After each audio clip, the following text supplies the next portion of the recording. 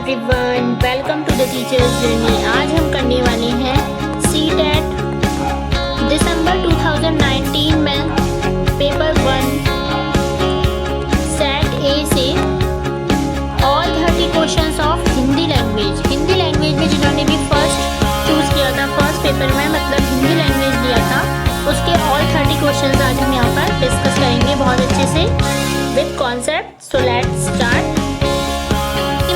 भाषा एक हिंदी यहाँ पर 91 से 99 तक दिए हुए हैं, ऊपर कुछ इस तरह का दिखेगा आपको फर्स्ट में। और उसके बाद यहाँ पर एक गद्यांश दिया गया है।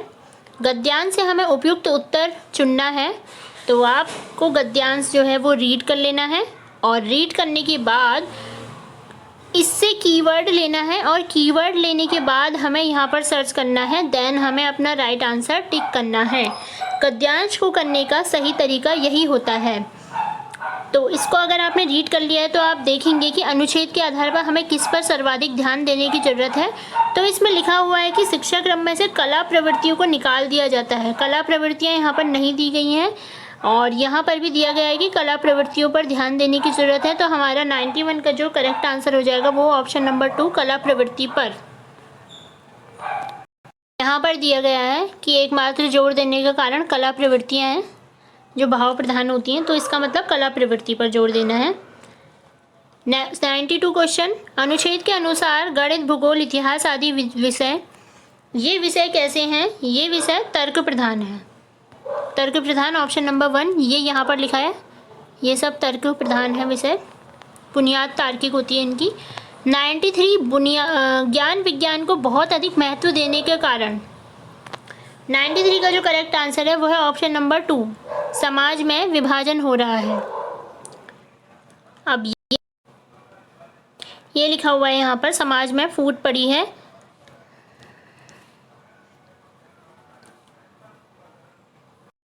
नाइन्टी 94 क्वेश्चन नंबर की बात करें तो 94 में किशोरावस्था तार्किकता की प्रधानता और भाव के अभाव में कौन सा रास्ता अपना रही है? तो ऑप्शन नंबर 1 पतन का रास्ता अपना रही है। अब आगे इनमें से कौन सा शब्द समूह से भिन्न है? समूह से भिन्न तार्किक, स्वाभाविक, साहित्यिक और अभिव्यक्ति। तो तार्किक, स्वाभाविक और साहित्यिक, इसमें एक चीज़ कॉमन है, एक प्रत्यय। एक प्रत्यय कॉमन है, जबकि अभिव्यक्ति में एक प्रत्यय नहीं है। तो ऑप्शन नंबर 4 ये वाला समूह से भिन्न है। आज की तालीम भी इसी दौड़ में साथ दे रही है, वाक्य में निपात है। इसमें कौन सा निपात होगा? आज की तालीम भी इसी दौड़ में साथ दे रही है। 96 का करेक्ट आंसर ऑप्शन नंबर 2 भी निपात होगा। अगला क्वेश्चन, विकसित शब्द में प्रत्यय है, तो विकसित शब्द में कौन सा प्रत्यय है? इत प्रत्यय। नेक्स्ट क्वेश्चन, अनुच्छेद के आधार पर कहा जा सकता है कि आधुनिक शिक्षा का नतीजा सुखद है, दुखद है, औसत है या फिर पता नहीं। तो साफ साफ दिया हुआ है कि दुखद है। Option number 2 correct answer. आधुनिक शिक्षा में किस विषय को अत्यधिक महत्व दिया गया है? तो आधुनिक शिक्षा में विज्ञान को अत्यधिक महत्व दिया गया है। ऊपर हमने देखा था अनुच्छेद में कि विज्ञान की बात हो रही थी कि विज्ञान से क्या क्या लाभ हानि है, उसके बारे में उसमें बताया गया है आधुनिक शिक्षा में। तो विज्ञान इसका करेक्ट ऑप्शन है। आगे देखिए तो आगे एक काव्यांश दिया हुआ है और काव्यांश के आधार पर 100 से 105 तक 5 क्वेश्चन दिए गए हैं। तो इसको ऊपर ही ऊपर हमें देख लेना है कि ये किसके विषय में दिया गया है। साकार दिव्य गौरव विराट, पौरुष के पुंजीभूत ज्वाल, मेरी जननी के हिमकरीट, मेरे भारत के दिव्य भाल, मेरे नगपति मेरे विशाल, युग युग अजय निर्भर मुक्त, युग युग गर्वोन्नित महान, निस्सीम व्योम में तान रहे, युग से किस महिमा का वितान, कैसी अखंड यह चिर समाधि यतिवर, कैसा यह अमर ध्यान, तू महाशून्य में खोज रहा किस जटिल समस्या का निधान, उलझन में कैसा विषम जाल, मेरे निगपति मेरे विशाल। यानी कि यहाँ पर हिमालय पर्वत की बात हो रही है। हिमालय पर्वत को यहाँ पर इंडिकेट किया गया है। तो इससे क्वेश्चन दिए गए हैं। हिम किरीट का आशय है, हिम किरीट का आशय बर्फ का मुकुट। Option number 2। 101 नगपति का विग्रह और समास क्या होगा? तो इसका समास और विग्रह होगा नगों का पति तत्पुरुष समास। 102 किस पंक्ति में कहा गया है कि हिमालय शक्ति की ज्वालाओं का ढेर है? तो इसका जो करेक्ट आंसर है वो है ऑप्शन नंबर 3, पौरुष के पूंजीभूत ज्वाल। ऑप्शन नंबर 3 इसका करेक्ट आंसर है।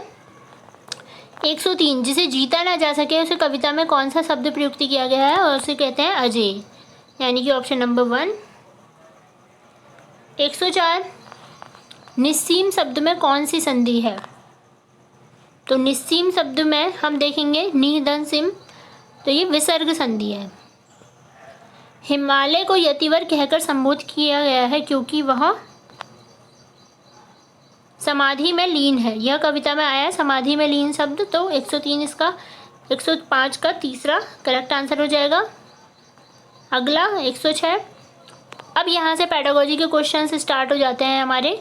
प्राथमिक स्तर पर बच्चों की भाषा का आकलन करने का उद्देश्य है। क्या उद्देश्य है इनमें से?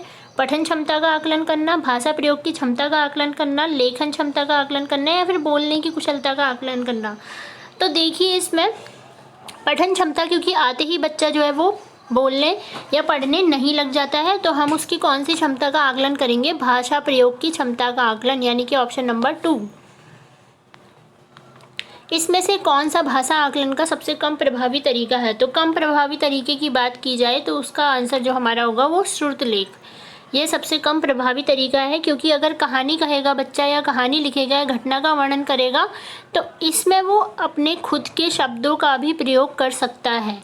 जबकि अगर यहाँ पर भाषा आकलन में अगर हम श्रुतलेख की बात करें तो श्रुतलेख में वो सुन करके लिखेगा, तो इससे हमें पता नहीं चलेगा, जबकि इन 3 ऑप्शन से हमें पता चलेगा। उसके जो भी नए शब्द आएंगे या फिर जो नए विचार आएंगे, शब्दों में प्रभाविकता, वो सब हमें देखने को मिलेगी। 108 आकलन की प्रक्रिया में केवल बच्चे की क्षमताओं का ही आकलन नहीं होता, बल्कि शिक्षक की शिक्षण प्रक्रिया का भी आकलन होता है। यह विचार ये तो पूर्णतः सत्य है, ये हमें पता चल रहा है, क्योंकि हमें जो है इससे हमें भी फीडबैक मिलती है, तो हमारी भी क्षमता का आकलन होता है कि हमने कैसा पढ़ाया है। 109 क्वेश्चन, रीमा ने तीसरी कक्षा में पढ़ने वाली रितिका की भाषा क्षमता, भाषा निष्पादन संबंधी क्रमिक प्रगति का ब्यौरा उसके अभिभावकों को दिया। रीमा ने यह अधिकारी किस आधार पर दी? यह दी पोर्टफोलियो के आधार पर। जहाँ पर भी ऐसा लिखा होगा क्रमिक, ठीक है, क्रमिक लिखा होगा या फिर लिखा होगा प्रोग्रेसिव या फिर लिखा होगा कंजिक्यूटिव, तो उसका मीनिंग यही होगा कि पोर्टफोलियो। तो ऑप्शन नंबर 2 इसका करेक्ट आंसर हो जाएगा। 110 पहली कक्षा में भी डैश लिखना के अंतर्गत आता है। क्या लिखना? वाक्य, शब्द, अक्षर बनाना या फिर चित्र बनाना। तो 110 का करेक्ट आंसर हमारा हो जाएगा ऑप्शन नंबर 4, चित्र बनाना, क्योंकि चित्र बनाते हैं बच्चे, उससे भी सीखते हैं। 111 प्राथमिक स्तर पर पढ़ना सीखने में सबसे कम महत्वपूर्ण है। प्राथमिक स्तर पर इसमें सबसे ज़्यादा कम महत्वपूर्ण क्या है? पढ़ना सीखने में सबसे कम महत्वपूर्ण, इसका करेक्ट आंसर हो जाएगा ऑप्शन नंबर 4, पढ़ने का उद्देश्य जानना, ये सबसे कम महत्वपूर्ण है। भाषा अर्जन क्षमता किससे संबंधित है? तो ये है चॉम्स्की से संबंधित, बहुत इंपॉर्टेंट थ्योरी। अगला क्वेश्चन है प्राथमिक स्तर पर भाषा सीखने में भाषा संबंधी कौन सा संसाधन सबसे अधिक महत्वपूर्ण है? तो इसका करेक्ट आंसर है ऑप्शन नंबर 2, बाल साहित्य। बाल साहित्य जो है बहुत ज़्यादा इम्पोर्टेंट है। बच्चे अपनी मातृभाषा का प्रयोग करते हुए हिंदी भाषा की कक्षा में अपनी बात कहते हैं, यह बात स्वाभाविक है। ऑप्शन नंबर 1 114 का। नेक्स्ट क्वेश्चन, बहुभाषिकता हमारी पहचान भी है और हमारी डैश डैश का अंग भी है। तो देखिए इसमें क्या होगा? सभ्यता व संस्कृति, सभ्यता व साहित्य, सांस्कृतिक साहित्य, संस्कृति साहित्य का अभिन्न अंग है या फिर सांस्कृतिक चुनौतियों का।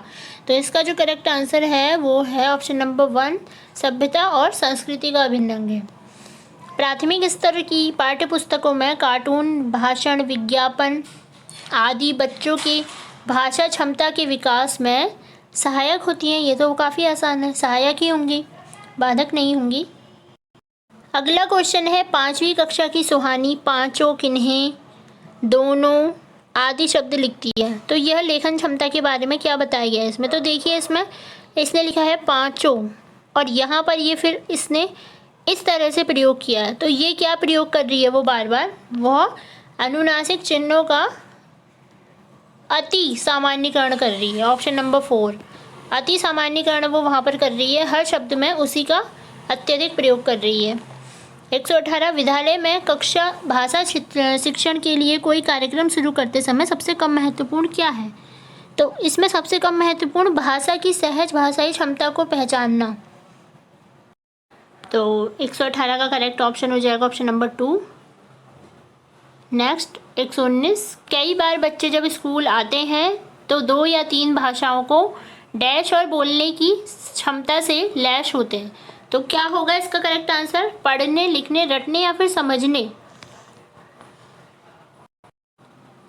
ऑप्शन नंबर 4, समझने और बोलने की क्षमता से लैस होते हैं। 120 और ये लास्ट क्वेश्चन, किसी विषय को सीखने का मतलब है उसकी डैश को सीखना तथा उसकी डैश को सीखना।